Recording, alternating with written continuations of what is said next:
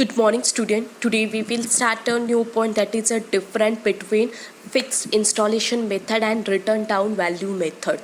Point first one, meaning. Under this method, depreciation per year on the assets remaining fixed.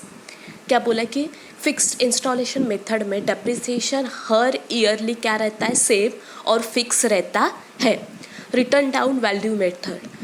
Under this method, depreciation per year on the asset goes on reducing. Yes, क्या बोला है कि इस method में depreciation हर साल क्या होता है, रिड्यूस मतलब कम होते होते जाता है.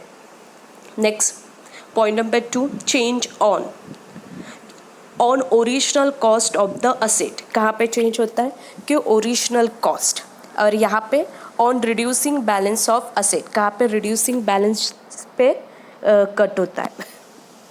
Point number 3, amount of depreciation remaining the same each year. Every year depreciation amount क्या रहती है, सेम रहती है. यहाँ पे amount of depreciation goes on decreasing each year. yes, यहाँ पे every year depreciation क्या रहता है, डिक्रीज होते जाता है. value of fixed asset.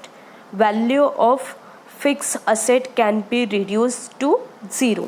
यहाँ पे वैल्यू ऑफ फिक्स असेट क्या है, रिड्यूसिंग टू ज़ीरो तक. यहाँ पे value of fix asset can not be reduce to zero, zero तक क्या बिल्कुल भी नहीं जाती. Next profit are more during the year of life of the asset than the later year. Profit are more during the year, जो भी year में दिया है उस year life of the asset तक प्रॉफिट रहता है. Profit are less during the year, यहाँ पे क्या रहता है, प्रॉफिट लेस रहता है during the year later year तक. Next reconciliations by a tax और law. It is reconciling by any tax और law. It is reconciliation by tax and law.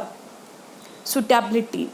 This method is suitable where repair change are less and observing in not flexibility. यहाँ पे क्या होता है कि this method में repair change but let's observe and not frequently. This method is suitable where repair charge are more. इसमें repair charge ज़्यादा होता है और later year and observing is more. Depreciation curve. Under straight line method the curve is parallel to x axis. Parallel मतलब x axis ला parallel equal है, same to same है, एक लाइन में ही. Under straight line method the curve slope downward from left to right. Curve कहाँ पे जा रहा है, स्लूप डाउनवर्ड हो रहा है, नीचे नीचे आ रहा है.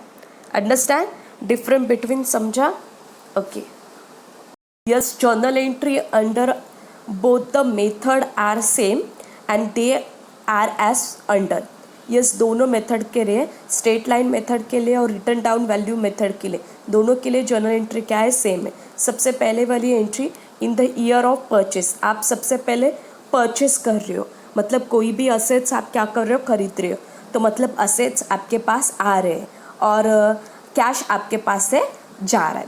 यस, आपकी entry assets account debit to cash bank account being asset purchase for cash. Second, purchase of assets on credit. On credit पे लिया गया है, मतलब उधारी पे लिया गया है, तो यहाँ पे कैश ट्रांजैक्शन नहीं आएगा. Assets account debit to supplier और पार्टी अकाउंट, जिसने भी खरीदा उसका नाम रहेगा यहाँ पे. Being purchase asset on credit from. Next third, for other expense incurred by put assets into operation, मतलब जो भी आप इंस्टॉलेशन चार्ज वगैरह पे कर रहे हैं उसका. Assets account debit to cash bank account.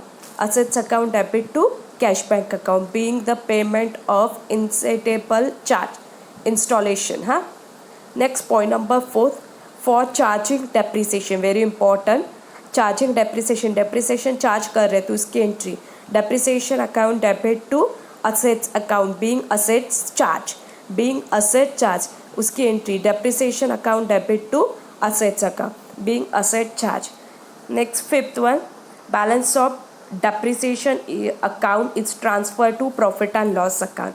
Yes, depreciation account को कहाँ पे ट्रांसफ़र कर रहा है? प्रॉफिट एंड लॉस अकाउंट में. तो उसकी entry profit and loss account debit to depreciation account, profit and loss account debit to depreciation account. Being balance of depreciation account is transfer to profit and loss account. Balance of depreciation is transfer to profit and. ये first year का हो गया. Same second year में भी वापस से खरीदने की ज़रूरत नहीं है, क्रेडिट पे नहीं, सिर्फ आपको डेप्रिसिएशन का और ट्रांसफ़र की एंट्री पास करनी. क्या करना है?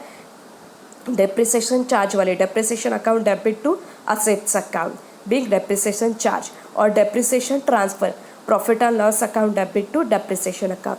सेम थर्ड ईयर में जो भी सेल किया है तो उसकी एंट्री आएगी. देखो यहाँ पे सबसे पहले क्या बोला कि depreciation charge up to the date of sales of the asset. Depreciation charge करना है, सेल्स करने से पहले तक आपको उसका डेप्रिसिएशन चार्ज करना है. तो depreciation account debit to assets account. उसके बाद सेल किया है for sale of asset. Sale किया है मतलब बेचा है, मेरे पास से असेट जा रहे हैं और मेरे पास कैश आ रही है. Cash bank account debit to assets account. उसके बाद मैंने बेचा है, इसके वजह से मुझे प्रॉफिट हुआ है या लॉस हुआ है, तो उसकी entry sale of assets of profit हुआ है तो bank account debit to assets account to profit on sale of assets. यहाँ पे लॉस हो जाता तो मेरी एंट्री ऐसे आती कि loss on the sale of asset to bank account, ऐसे आती. Next transfer to profit on loss. Profit on sale of assets account debit to profit on loss account.